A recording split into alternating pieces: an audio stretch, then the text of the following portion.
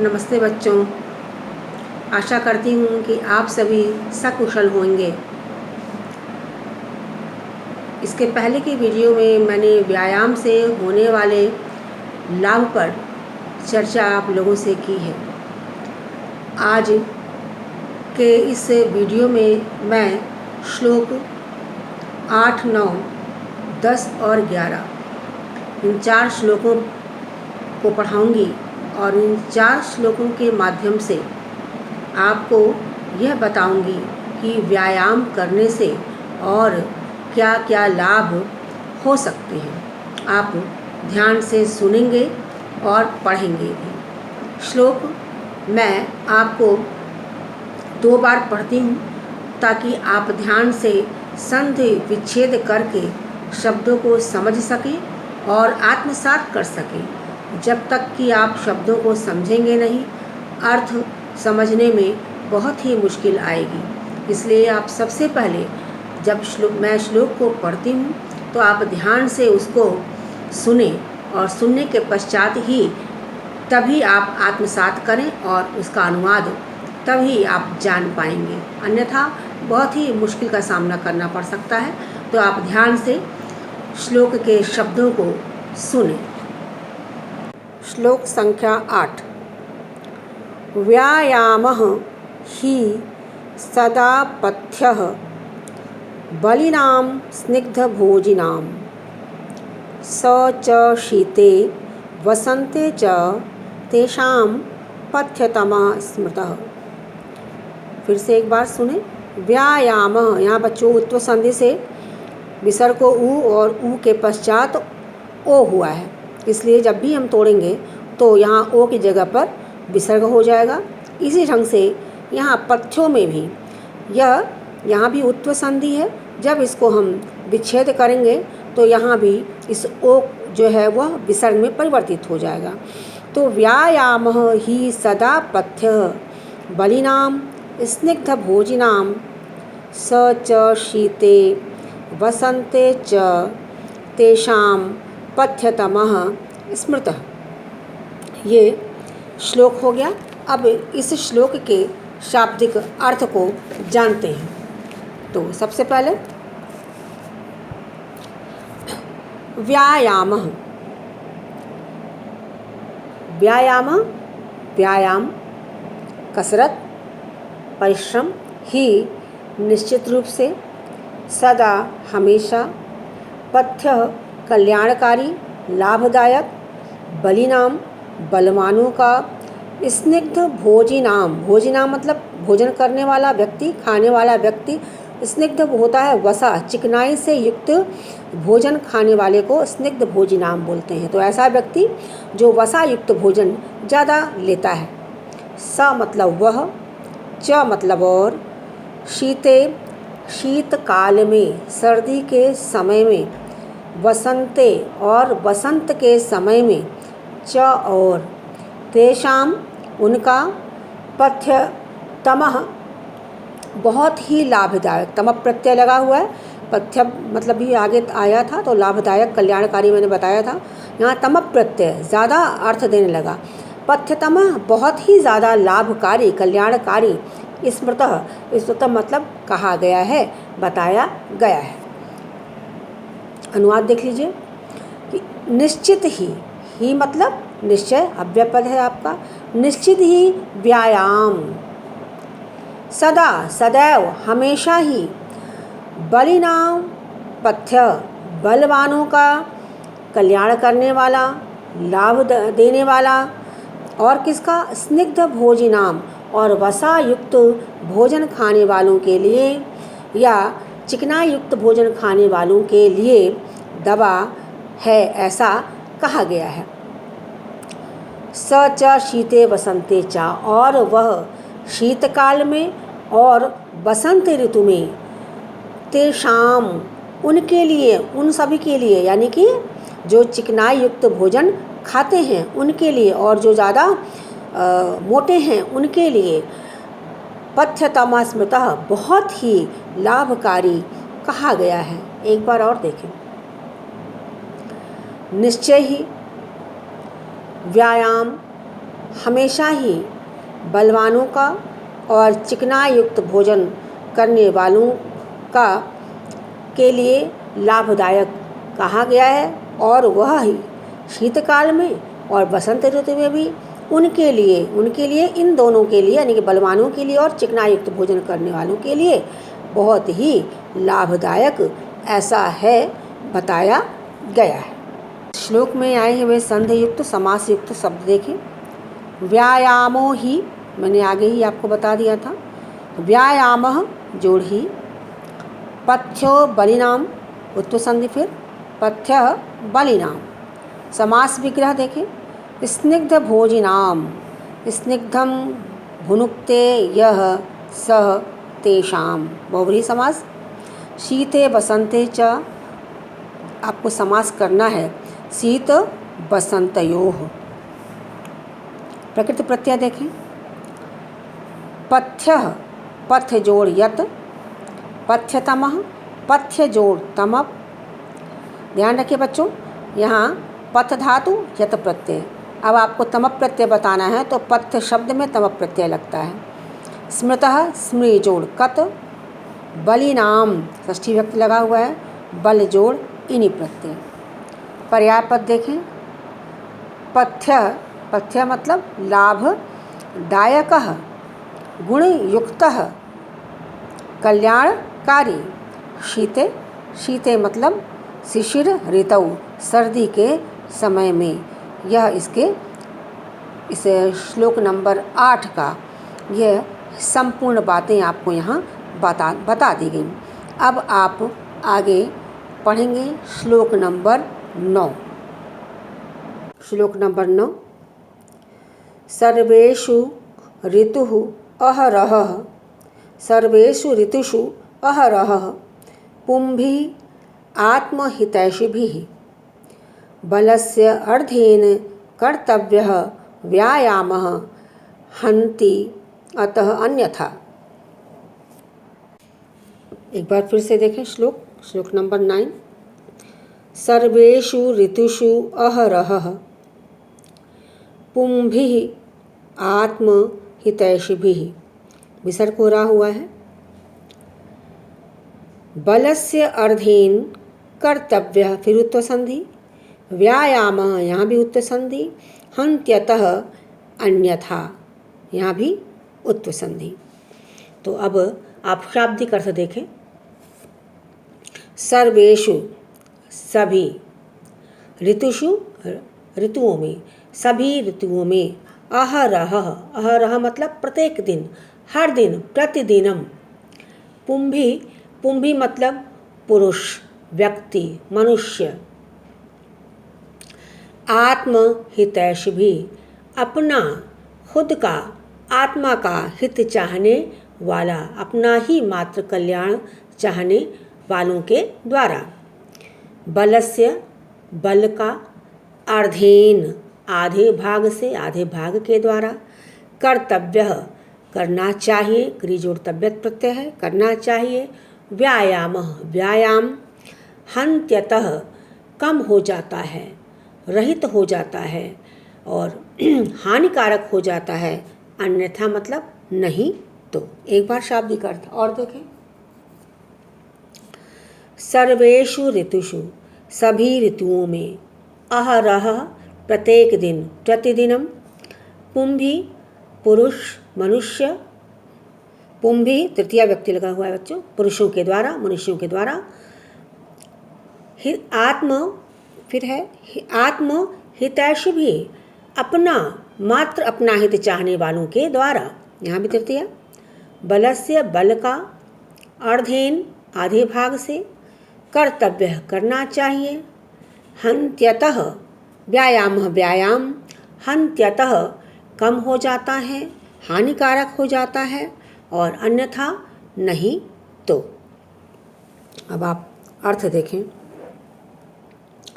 सर्वेषु ऋतुषु अहरहः पुंभिः आत्महितैषिभिः, आत्महितैषिभिः केवल मात्र अपना कल्याण चाहने वाले पुरुषों के द्वारा। सर्वेषु ऋतुषु, सभी ऋतुओं में। अहरहः, प्रतिदिनम, प्रत्येक दिन। बलस्य अर्धेन, आधे बल से व्यायामः कर्तव्यः, व्यायाम करना चाहिए। अन्यथा हन्त्यतः, नहीं तो वह व्यायाम हानिकारक हो जाता है। तात्पर्य है कि बच्चों इस श्लोक में ये बताना चाह रहे हैं कि जो इंसान की, मनुष्यों की जो ताकत होती है, जो बल होता है, पूरी ताकत के साथ व्यायाम नहीं करना चाहिए कि आपको कमज़ोरी महसूस हो जाए। तो कह रहे हैं कि जिससे आपका शरीर थका महसूस हो, मात्र इतना ही व्यायाम करना चाहिए, ऐसा नहीं। और एक जो व्यायाम का निश्चित समय है, जो 1 घंटा, आधा घंटा, जितनी आपकी क्षमता है, अपनी क्षमता के अनुसार आपको व्यायाम करना चाहिए, नहीं तो वह व्यायाम हानिकारक हो जाता है। तो इस श्लोक में आपको यही कहा जा रहा है कि हर ऋतु में, सभी ऋतुओं में प्रत्येक दिन, हर दिन व्यायाम करना चाहिए, तो निश्चित है। और क्या क्या निश्चित है कि आपके अंदर जितनी ताकत है, जितना बल है, उस बल के अनुसार ही आपको व्यायाम करना चाहिए, अपने बल, अपनी ताकत से ज़्यादा नहीं। हर इंसान में व्यायाम करने की जो क्षमता होती है वो अलग अलग होती है। कोई आधा घंटे के व्यायाम में थक जाता है, कोई घंटा भर व्यायाम में थक जाता है। तो आपकी जितनी ताकत है आप उतना ही व्यायाम करें। अगर आप ज़्यादा व्यायाम करते हैं तो आप के लिए वह हानिकारक हो जाता है, ऐसा इस श्लोक में कहा जा रहा है। अब श्लोक नंबर 9 में आए हुए शब्दों को ध्यान से देखें। सब था सर्वेषु ऋतुषु अहरः, संधि विच्छेद होगा, सर्वेषु जोड़ ऋतुषु जोड़ अहरः। फिर शब्द था पुंभिरात्महितैषिभिः, वैसे तो पढ़ते वक्त मैं बताती चली हूँ आपको, फिर भी आप यहाँ देखें। पुंभि जोड़ आत्महितैषिभिः, हन्त्यतः अन्यथा, हन्त्यतः जोड़ अन्यथा। फिर है बलस्यार्धेन, बलस्य जोड़ अर्धेन। समास विग्रह देखें। आत्महितैषिभिः, आत्मनः हितैषिभिः, अथवा आत्मनः इच्छति ये ते, आत्मनः हितम इच्छति ये ते। बलस्य अर्धेन, बलार्धेन आपका समास यहाँ पर है। ये समास विग्रह है, षष्ठी लगा हुआ है। जब आप समास करेंगे तो षष्ठी विभक्ति का लोप करके जोड़ देंगे, बल अर्धेन। प्रकृति प्रत्यय देखें। कर्तव्य शब्द था, क्री जोड़ तब्यत प्रत्यय आया हुआ है इसमें। फिर पर्याय पद है पुंभी, बहुत इंपॉर्टेंट शब्द है बच्चों आपके लिए। पुंभी मतलब पुरुषैः, मानवैः, मनुष्यैः। अहरः, अहरः मतलब प्रतिदिनम। फिर इससे संबंधित, इन दोनों श्लोकों से संबंधित मैंने आपको होमवर्क भी दिया है। करना क्या है, व्यायामस्य लाभाः इति विषयम् अधिकृत्य पंचवाक्येषु संस्कृत भाषया एकम अनुच्छेदम लिखन्तु। आपको करना क्या है कि ये व्यायाम से लाभ, यह आपका विषय है, इसी पर संस्कृत भाषा में 5 वाक्य अपने शब्दों में लिखना है। ये आपका इन 2 श्लोकों पर आधारित आज आपका होमवर्क है। वैसे तो आप ये काम श्लोक, इसमें इस लेसन में 11 श्लोक हैं, 11 श्लोकों के माध्यम को ही बना करके आप इसमें लिखेंगे, लेकिन आप अपने विवेकानुसार भी व्यायाम के क्या लाभ हैं, यह छोटी और सरल भाषा में आप 5 वाक्य मात्र लिखेंगे। अब श्लोक नंबर 10 और 11 ये आप पढ़ेंगे आगे। तो मैं ये बता दूं, इसमें श्लोक नंबर 9 में जो चर्चा की गई थी बलस्य अर्धेन, तो बल का आधा ये क्या होता है, बल, आधे बल का जो लक्षण है क्या होता है, ये 10 में पढ़ेंगे, श्लोक संख्या 10 में पढ़ेंगे। और आपको कितना व्यायाम करना चाहिए और क्या क्या देख करके व्यायाम करना चाहिए, यह श्लोक नंबर 11 में पढ़ेंगे। लाभ तो आपने ऊपर पढ़ लिए, अब नीचे आपको सतर्कता बरतनी है कि किसको कितना व्यायाम करना चाहिए। तो श्लोक संख्या 10, हृदय स्थान स्थितः वायुः यदा वक्त्रं प्रपद्यते व्यायामं कुर्वतः जन्तोः तत् बलस्य अर्धस्य लक्षणम्। हृदय स्थान स्थितः वायुः यदा वक्त्रं प्रपद्यते व्यायामं कुर्वतः जन्तोः तत् बल अर्धस्य लक्षणम। सभी शब्दों को मैंने संधि के अनुसार उसको तोड़ करके पढ़ा है। तो सबसे पहले आप शाब्दिक अर्थ देख लो। तो हृदय स्थान स्थितः, हृदय में स्थित वायु, वायु मतलब हवा, यदा जब, वक्त्रम मुँह को, प्रपद्यते पहुँचती है, व्यायामम कुर्वतः शत्रु प्रत्यय व्यायाम को करते हुए, जंतु मतलब प्राणी जीव व्यक्ति के, तत् मतलब वह, बलस्य अर्धस्य आधे बल का लक्षण होता है। तो आप अर्थ देखें, ऊपर जो बल से अर्धेन है उसी की बात यहाँ बताई जा रही है कि किसको बल का आधा बोलते हैं, कि कब व्यायाम आपको कितना करना चाहिए। ये बताया कह रहे हैं कि जब आपके हृदय में जो हवा है, जो गति है, वह जब उसकी हवा जो है जब आपके मुंह में आ जाती है, यानी कि आप जब हाँफने लगते हैं, आप थकने लगते हैं, हाँफने लगते हैं, तब व्यायाम कुर्वतः जंतो, तो जो व्यक्ति व्यायाम कर रहा है उस व्यक्ति का तत्बलस्य अर्धस्य लक्षण, समझिए वो आधे बल का लक्षण है। वह अगर आप हाँफना शुरू कर दिए, यानी कि आप थक गए, आपको उतना ही व्यायाम करना चाहिए कि जब तक आप हाँफने लगे, और ऐसा नहीं कि आप हाँफते जा रहे हैं और व्यायाम करते जा रहे हैं, इससे आपको हानि भी हो सकती है। तो कह रहे हैं कि हृदय स्थान स्थित, जब हृदय स्थान में स्थित वायु मतलब हवा जब आपके मुंह तक पहुंचती है, तब वह व्यायाम करते हुए व्यक्ति के आधे बल का लक्षण होता है।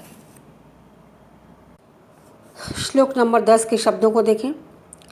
संधि युक्त वायुर्यदा, वायु जोड़ यदा, बल अर्धस्य, जंतोस्तद, जंतो जोड़ तद। ये भी आगे भी अगर शब्द हैं तो ये तत हो जाता है। समास युक्त पदानि, हृदय स्थान स्थितः, हृदय स्थितः, यह आपका समास है, ये समास विग्रह। बल अर्धस्य, बलस्य अर्धस्य, ये आपका विशेषण विशेष्य। प्रत्यय युक्त पदानि, कुर्वतः, क्री जोड़ शत्रु प्रत्यय, स्थितः स्था जोड़ कत प्रत्यय। पर्याय पद हैं इसके। वक्त्रम, ये आपका होमवर्क है बच्चों। वक्त्रम, जंतोः, वायु, ये 3 शब्द हैं। इन 3 शब्दों का पर्याय पद आपको लिखना है। मैंने एक होमवर्क श्लोक नंबर 9 से दिया, 9 के बाद दिया है, फिर श्लोक नंबर 10 में भी आपको होमवर्क मिला है। ये 3 शब्दों के पर्याय लिखने हैं आपको। श्लोक के शब्दों को देखिए। वयः बल शरीराणि, वयः जोड़ बल शरीराणि, देश काल अशनानि, देश काल जोड़ अशनानि, रोगम आपनुयात, रोगम जोड़ आपनुयात। वैसे तो संधि युक्त करके मैं श्लोक पढ़ती हूँ, फिर भी। समास युक्त पदानि, वयो बल शरीराणि, वयः च, बलम च, शरीरम च, ये आपका द्वंद्व समास। देश काल अशनानि, देशः च, कालः च और अशनम च, ये आपका यह भी द्वंद्व समास। प्रत्यय युक्त पद, समीक्ष, सम जोड़ ईक्ष धातु हो गई, ये उपसर्ग हो गया। ल्यप प्रत्यय, रोग रुज जोड़ घय प्रत्यय। आपका होमवर्क श्लोक नंबर 11 से संबंधित। अस्मिन् अर्थे श्लोके किम पर्याय पदम आगतम लिखन्तु।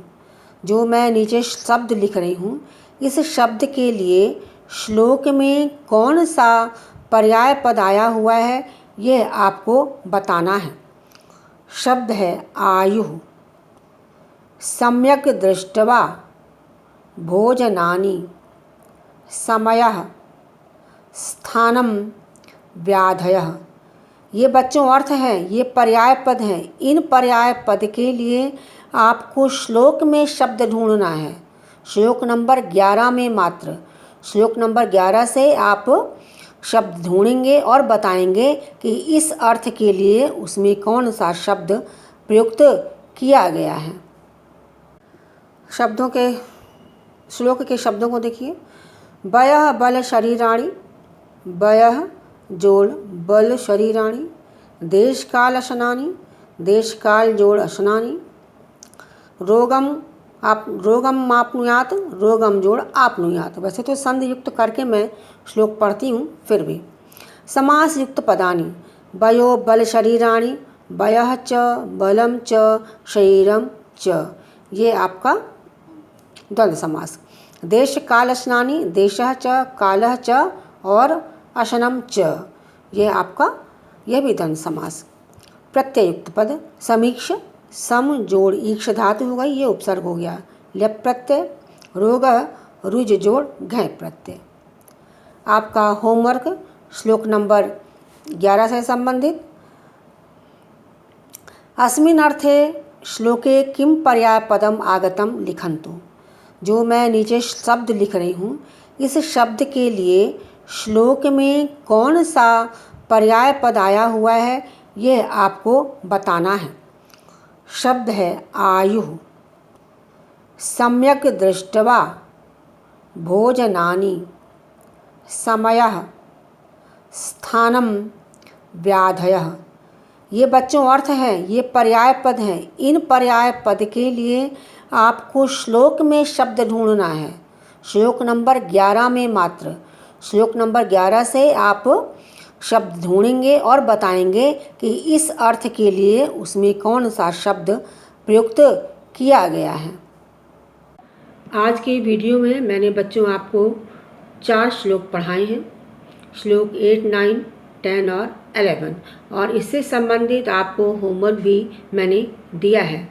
और आशा करती हूँ आपको होमवर्क करने में कोई कठिनाई नहीं होगी, क्योंकि मैंने आपको वीडियो में जो बताया है वही आपको मैंने होमवर्क में दिया है। आप वीडियो को केयरफुली ध्यान से आप सुनेंगे, देखेंगे तो आप मेरा होमवर्क ज़रूर बना लेंगे। और ये आपका आज का तीसरा जो लेसन था वो समाप्त हो गया। श्लोकों का 11 श्लोक था, इसमें मैंने 11 श्लोक आपको बताए। इसमें प्रयुक्त सारे शब्दों के संधि, प्रत्यय, समास वगैरह जिस भी तरह के प्रश्न आपको एग्जामिनेशन में पूछे जाते हैं श्लोक देने के पश्चात, वो मैंने आपको भरसक सारे बताए हैं। और मैंने उसको वीडियो में आपको लिखकर मैंने दिखाया भी है, ताकि आपको किसी भी तरह की सुन करके लिखने में परेशानी ना हो। संस्कृत भाषा है, हो सकता है कि मैं जो बोलूं आप तक क्लियर ना हो पाए, इसलिए मैं सबसे पहले मैं किताब से देखकर इसको डायरी में लिखती हूँ। लिखने के पश्चात आपको उसको वीडियो में दिखाने का प्रयास करती हूँ, ताकि आप आसानी से समझ सकें। हो सकता है कि राइटिंग मेरी थोड़ी स्पष्ट नहीं है, हो सकता है थोड़ी किसी को परेशानी हो, लेकिन श्लोक के अंतर्गत जाकर शब्द देखेंगे तो मुझे ऐसा नहीं लगता कि आपको किसी भी तरह की परेशानी आएगी। तो अब बच्चों, आगे के श्लोक में, आगे के वीडियो में मैं आपको इस पार्ट नंबर 3 का मैं अभ्यास कार्य कराऊंगी। तो आपके 3 चैप्टर कंप्लीट हो जाएंगे। आप तीनों चैप्टर का मैंने आगे बताया है, आप लोग सभी सारे का अभ्यास या जो भी आपको होमवर्क मिलता रहा है आप अपनी एक कॉपी में कंप्लीट करके रखेंगे। तो ठीक है बच्चों, धन्यवाद।